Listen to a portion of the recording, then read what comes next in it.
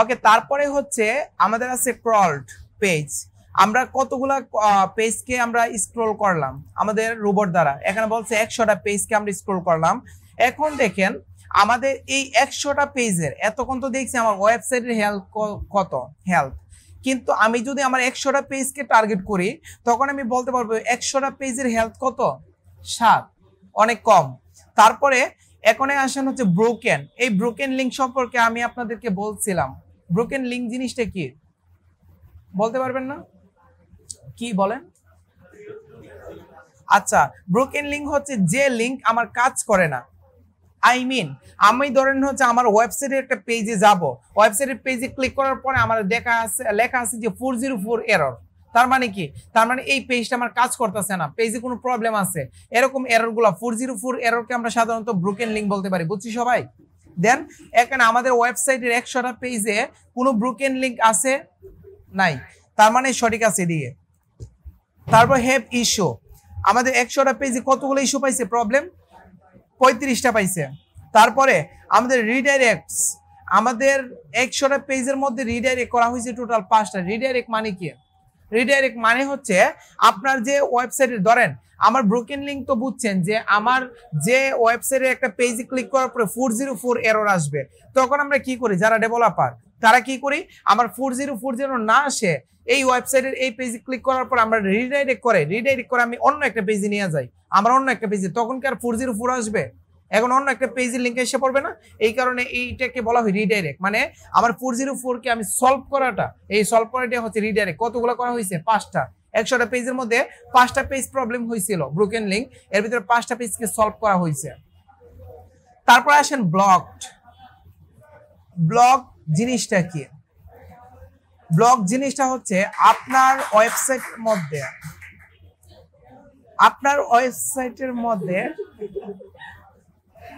দেন আপনার ওয়েবসাইটের মধ্যে যদি কোনো ত্রুটি থাকে অথবা ছোট ছোট কিছু আমাদের ইস্যু আছে। আচ্ছা মনোযোগ দে, ওরা হাতে দেখ। আচ্ছা ছোট ছোট আমাদের কিছু ইস্যু আছে, এই ইস্যুগুলা আমাদের আছে প্রায় 100টা পেজের মধ্যে 53টা ছোট ছোট ইস্যু। এই ইস্যুকে আমরা ব্লক বলতে পারি। আমরা এই ব্লকের মাধ্যমে হচ্ছে আমরা ছোট ইস্যুগুলো আমরা নির্বাচন করতে পারি।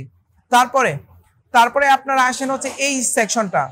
এই সেকশনটা আসার পরে আমি যদি ক্রলেবিলিটির মধ্যে আসি, ক্রলেবিলিটির মধ্যে আসার পরে এখানে কত পার্সেন্ট লেখা আছে? 95 দিয়ে কি বোঝানো হয়েছে? বোঝানো হয়েছে আমি যে যখন অডিটের মধ্যে ক্লিক করছি তখন আমার যে সেমরাশের যে রোবটটা আছে ওই রোবটটা আমার ওয়েবসাইটে গেছে, ওয়েবসাইটে যাওয়ার পর 100টা পেজ স্ক্রল করছে, করে আমার তথ্যগুলো আমার এখানে নিয়ে আসছে। এই যে এখানে নিয়ে আসছে 100টা তথ্য, মানে 100টা পেজের তথ্য নিয়ে আসছে। এখানে বলা হয়েছে যে আমার রোবটটা কত পার্সেন্ট কাজ করছে?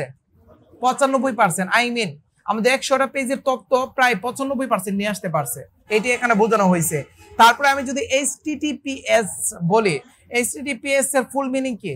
Hyper text transfer protocol secure. তার মানে কি আমার ওয়েবসাইটটা, আমার যে ওয়েবসাইটটা আছে এটা কত পার্সেন্ট সিকিউর এটা বোঝানো হয়েছে। কত পার্সেন্ট?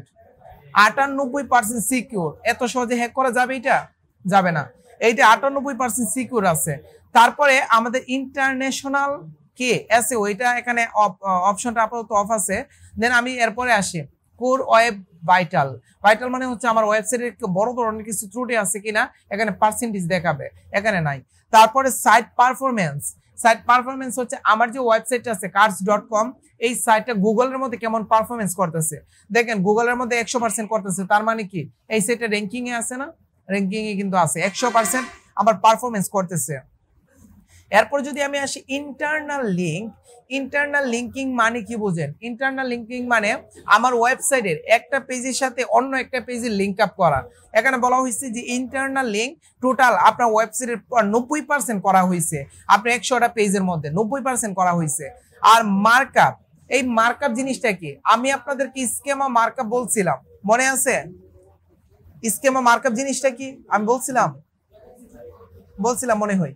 আচ্ছা, স্কেমা মার্কআপ হচ্ছে আপনার ওয়েবসাইটটার কোন রিলেটেড অথবা আপনার ওয়েবসাইটের নিশটা কি ওইটা গুগলকে বলে দিতে হবে।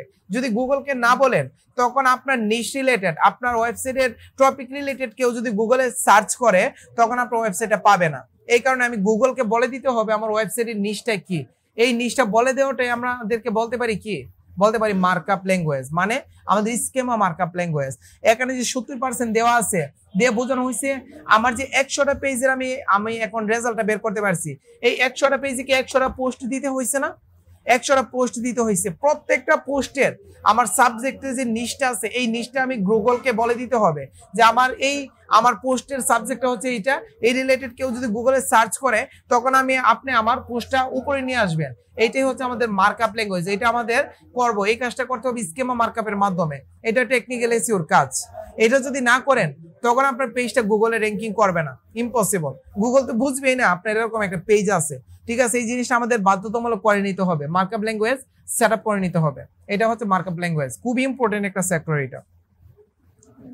তারপরে আমরা যদি একটু নিচে আসি, একটু নিচে আসার পরে তারপর আমরা কি পাবো?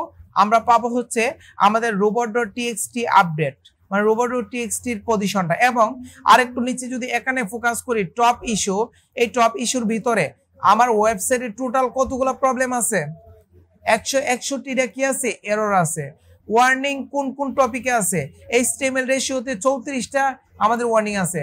তারপরে বলা হয়েছে আন্ডারস্কোর ইউআরএল এর উপরে 5টা প্রবলেম, মিসিং মেটা ডেসক্রিপশনের উপরে 3টা ওয়ার্নিং, টোটাল হচ্ছে আছে 434টা। টোটাল সবকিছু মিলে ওয়ার্নিং এবং এরর মিলে আমাদের ওয়েবসাইটে প্রবলেম আছে। আমি যদি ভিউ ডিটেলসে ক্লিক করি তখন আমি আমার ওয়েবসাইটের যাবতীয় প্রবলেমগুলা এখানে ফেস করতে পারবো অথবা দেখতে পারবো।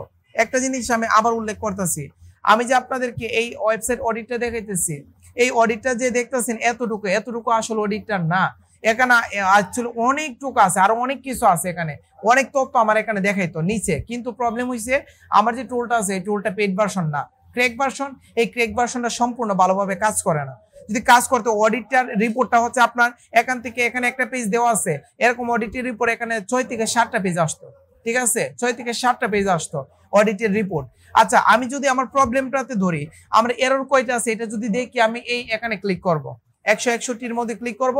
ক্লিক করার পরে আমার কতগুলা এরর আছে এখানে আমি স্পেসিফিক ভাবে আমার এখানে দেখাবে যে এইটাতে এতগুলো এরর, এইটাতে এতগুলো এরর, এইটাতে এতগুলো এরর, প্রত্যেকটা দেখাবে। কিন্তু আমার পেইড ভার্সন ইউজ করতেছি না, এই কারণে আমার এখানে কি দেখাচ্ছে? ফাঁকা দেখাচ্ছে। এইটার প্রবলেম। যদি আমি পেইড ভার্সনটা নিয়ে নিতাম তখন আমার সবগুলো দেখাতো। এখানে কি লেখা আছে? Upgrade to business. আমার এই টুলটা পেড করার জন্য, পেইড টুল যদি আপনি ইউজ করতে পারেন আপনাদের যে ইস্যুগুলো আছে ওয়েবসাইটে সবগুলো আপনারা বের করতে পারবেন। ওয়ার্নিং কতগুলো আছে এইগুলো ধরে ধরে বের করে এবং কোন পেজের মধ্যে আছে পেজ পর্যন্ত এখন উল্লেখ করে দিবে। কিভাবে উল্লেখ করবে আমি আপনাদেরকে একটু বলি।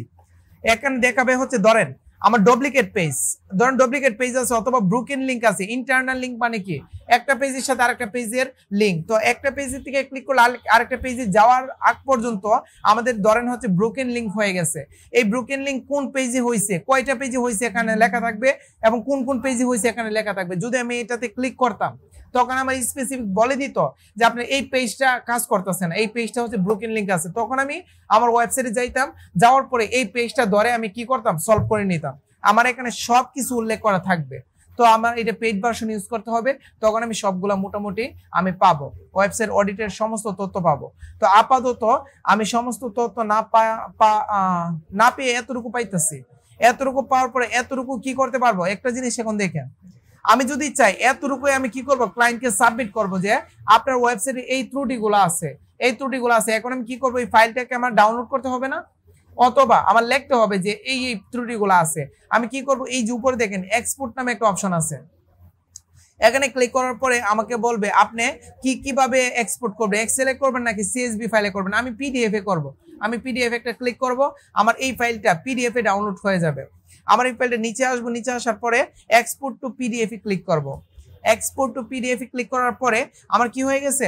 আমার ফাইলটা দেখেন মানে সেটআপ হয়ে গেছে। এখন যদি আমি যাই আমার ডাউনলোডের মধ্যে যাওয়ার পরে যদি আমি ডাউনলোডে আসি, এই ফাইলটা কি হয়ে গেছে? পিডিএফ হয়ে গেছে। আমি ফাইলটা ওপেন করি। এখন এই শীটটা দেখেন দুইটা পেজ আসছে এখানে। এই প্রথম পেজটা লেখা আছে SEMrush অডিট ওভারভিউ। কোন সাইটের?